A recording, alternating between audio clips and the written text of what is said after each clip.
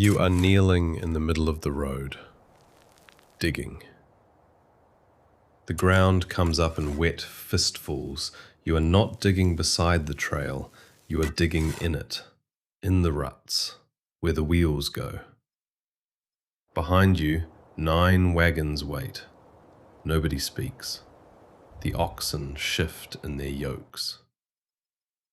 When the hole is deep enough, you lay her in it, wrapped in the good quilt because there is no wood to spare for a coffin.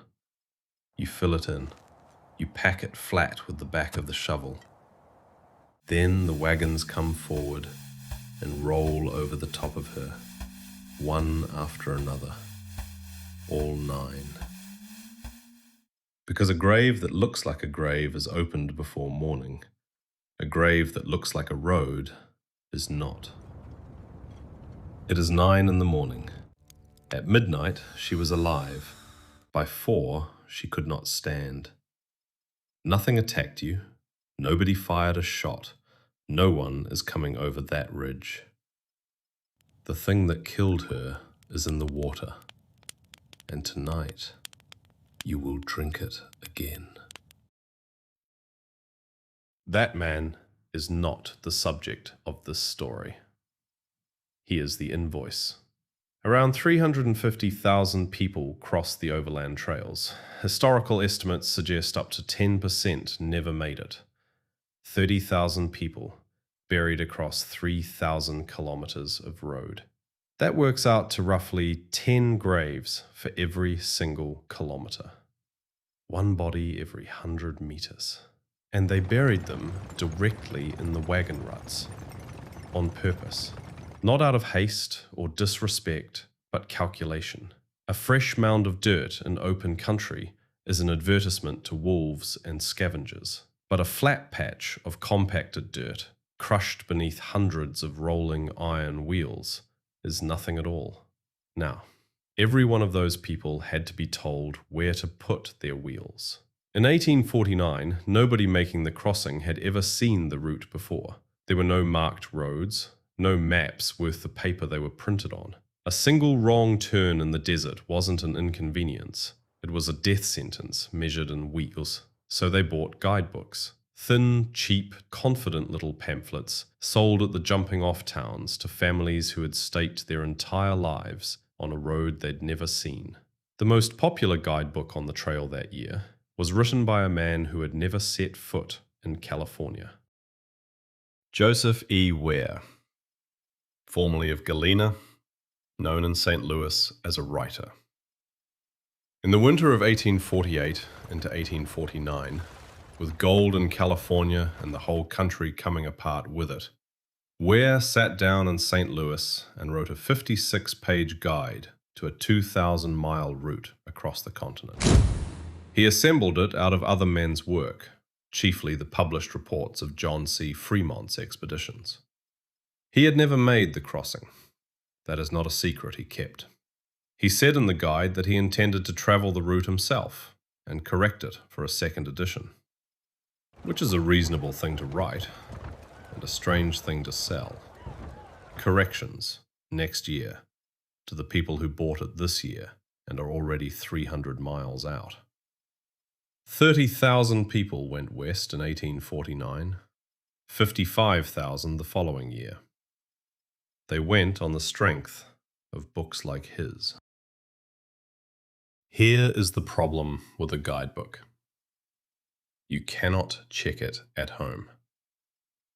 You find out whether it is true at the point where it stops being possible to do anything about it.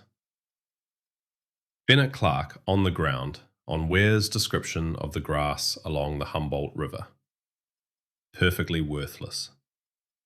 Dr. C. E. Boyle on Ware's account of the Great Basin. Very erroneous.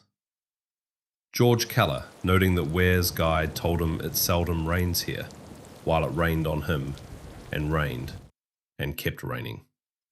None of those men could turn round. That is the shape of the thing. The information was wrong. The wrongness was discoverable only by going, and by the time you had gone, you were 800 miles from the person who sold it to you, with your oxen thinning and the season closing. And it compounds because a guide does not only tell you the way, it tells you where to stop. Every guide for the crossing gave the same instruction, and it was the only correct instruction available. Follow the water. Stock cannot cross 2,000 miles of grass without it. Follow the Platte. Camp at the springs. Ford at the fords.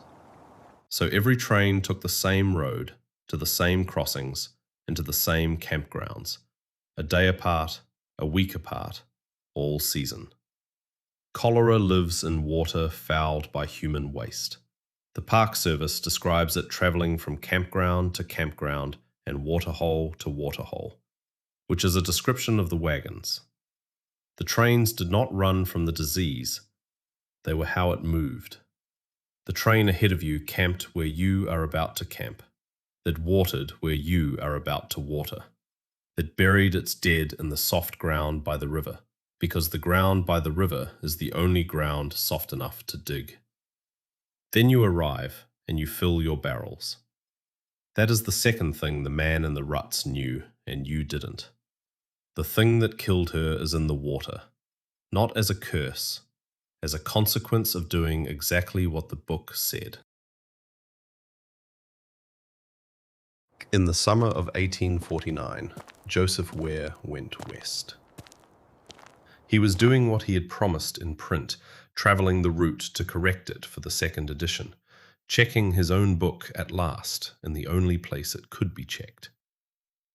He got as far as Fort Laramie. Somewhere east of it, he became severely ill. What happened next is recorded by another immigrant, Alonzo Delano, in a diary entry dated the 1st of August, 1849, later published. Delano writes that Ware's own company, and the words are his, barbarously laid him by the roadside, without water, provisions, covering, or medicines, to die. They left him on the trail. No water, no food, no blanket, no medicine. Delano's account continues, and this is the part that is difficult to read. Suffering with thirst, Ware crawled off the road, about a mile, to a pond. He lay there 2 days, in Delano's words, exposed to a burning sun by day and cold winds by night. Then a party under a man named Fisher came to the same pond, found him, and nursed him for 2 days more. It was not enough. Delano. Nature, overpowered by exposure as well as disease, gave way, and he sank under his sufferings. The man who wrote the directions died beside them. Off the road he had recommended, at a pond he had not mentioned, of the kind of thing his book was supposed to prevent. There was no second edition. The corrections he went to gather were never made, because gathering them killed him. The book went on being what it was, 56 confident pages compiled from other men's reports by a man who had not been there, while the migration it was written for got larger every season. George Tribble crossed in 1852 and wrote that for 400 miles the road was almost a solid graveyard. He was not describing one season. He was describing an accumulation, several years of trains burying their people in the same road, at the same crossings, following the same instruction about water. One campground he passed held 71 graves. Of the 10 in his own family who started west, 5 arrived. And the burial practice worked. That is the last cruelty in it. It worked so well that we have lost almost all of them. 30,000 graves, give or take, and the overwhelming majority cannot be found, not through carelessness, but because being unfindable was the entire design. They are still there, under the ruts, under the highway in places.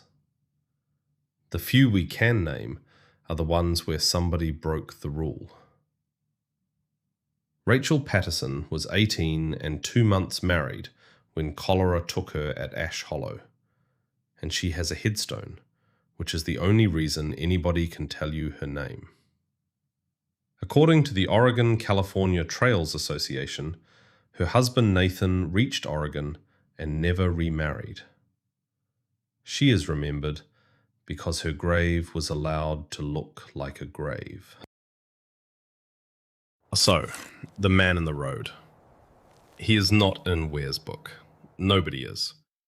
56 pages of distances and river crossings and confident weather, and not one line about what to do when the water you were told to camp beside puts your wife in the ground before nightfall.